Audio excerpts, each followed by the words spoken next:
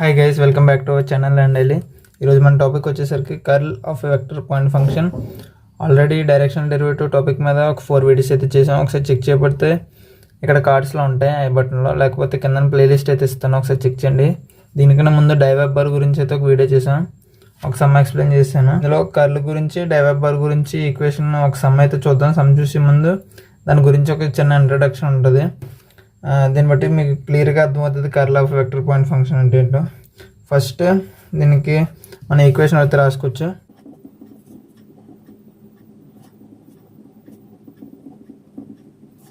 f1i plus f2j plus f3k f bar equal to is denoted,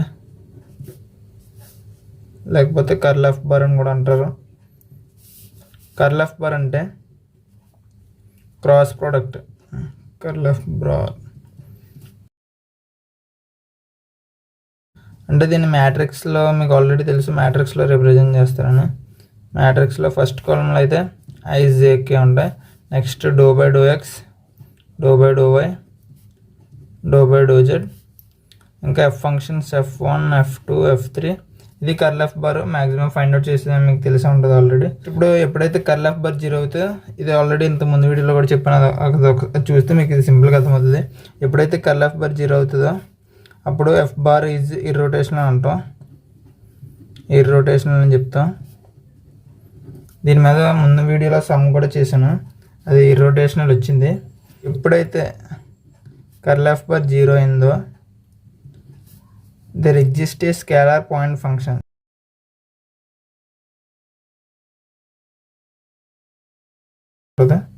next ఎలా denote చేస్తుంటే such that f equal to grad pi, f equal to grad pi అంటే దీన్ని scalar potential అంటారు. పైలో scalar potential ఇది, దీని గురించి introduction అయితే.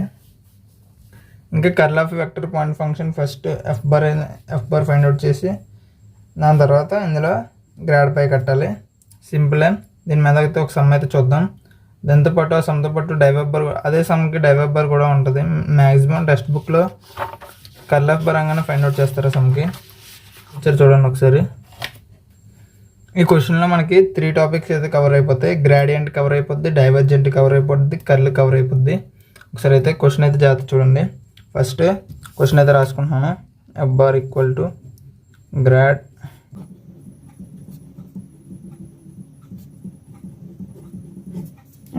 ఇప్పుడు మనం ఫస్ట్ గ్రాడియంట్ ఫైండ్ అవుట్ చేద్దాం. గ్రాడియంట్ అని గ్రాడియంట్ అంటే ఏం కాదు, doe by doe x of F bar వేయాలి.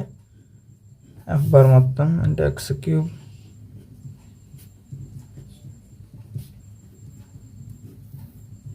Into I bar, doe by doe of మళ్ళీ మొత్తం ఈక్వేషన్ వేసుకొని into J bar, next doe by doe z of మొత్తం ఈక్వేషన్ వేసుకొని ఐజే కే బార్.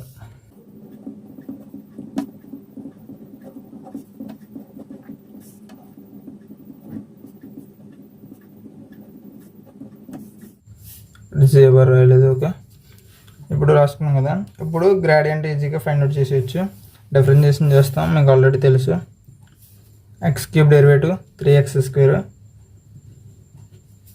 నెక్స్ట్ ఇక్కడ ఎక్స్ ఇక్కడ ఉంది, ఎక్స్ డెరివేటివ్ 1 అంటే 3yz minus 3yz into I bar plus y cube derivative 3y² 3y minus 3yz, y derivative 1 కదా 3xz j bar plus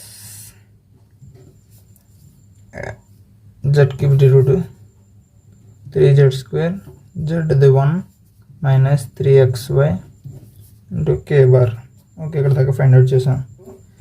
gradient కదా, ఇప్పుడు డైవెబ్బర్ కట్టాలి. డైవెబ్బర్ అంటే డైవెబ్బర్ ఈక్వల్ టు మళ్ళీ దీని doe by doe x of ఇది, doe by doe x of ఇది, doe by doe y, doe by doe z. చూద్దాం. Doe by doe x of 3x² minus 3yz plus doe by doe y of 3y² minus 3xz plus doe z of 3z² minus 3xy. ఇప్పుడు డైవెబ్బర్ find out చేయడం. డైవెబ్బర్ equal to అంటే ఇక్కడ మళ్ళీ partial differentiation చేద్దాము. ఎక్స్తో చేస్తాను కాబట్టి x² derivative 2x into 3 6x. ఇంకెక్కడ ఎక్కడ ఎక్స్ టర్మ్ లేదు కాబట్టి 0 అయిపోద్ది. ఇక్కడ same y² derivative 2y into 3 6y. ఇక్కడ y టర్మ్ ఏం లేదు కాబట్టి ఇది 0 అయిపోద్ది. Same as it is z² derivative 2z into 3 6z. ఇక్కడ z టర్మ్ లేదు కాబట్టి 0 అయిపోద్ది. కంప్లీట్ అయింది కదా ఇక్కడ దాకా. ఇప్పుడు మనకి డైవెబ్బర్ అయితే ఫైండ్ అవుట్ చేసాం. ఇప్పుడు కర్ల్ ఫైండ్ అవుట్ చేయాలి. కర్ల్ ఎబ్బర్ అంటే మనకు ఆల్రెడీ తెలుసు, ఐజేకే ఆల్రెడీ చూసాం కదా, ఐజేకే ఫార్ములా ఉంటుందని ఐజేకే ఫార్ములా చూసాం. ఇప్పుడు doe by doe x doe by doe y doe z f1 f2 f3 IJK doe by doe x doe by doe y doe by doe z. ఇక్కడ equations రాసుకోవాలి. Div F bar నుంచి 3x² minus yz 3yz 3y² minus 3xz 3z² minus 3xy. Matrix మల్టిప్లికేషన్లో చేసేయడమే, find out చేయడమే. ఇప్పుడు చేస్తున్నాను. Plus minus plus I into doe y into 3z² minus 3xy minus doe z into doe by doe z into 3y² minus 3xz. ఇది అయిపోయింది. Minus J into ఇది ఈ రో ఈ కాలం తీసేద్దాం. ఇప్పుడు doe by doe x of 3z² minus 3xy minus ఇది పోయింది కదా, doe z into 3x² minus 3yz.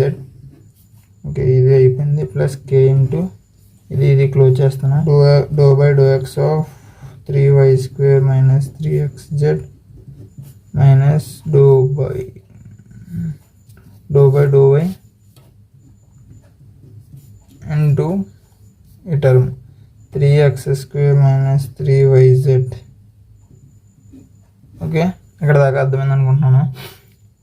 ఇప్పుడు దీని తర్వాత స్టెప్ ఏంటంటే జస్ట్ దీన్ని పార్షియల్ డిఫరెన్షియేషన్ చేయడం. ఇంటూ వైతో డిఫరెన్షియేట్ చేయాలి. ఇక్కడ వై టర్మ్ లేదు కాబట్టి 0. 3xy అంటే వై 3x మిగిలింది మైనస్ 3x.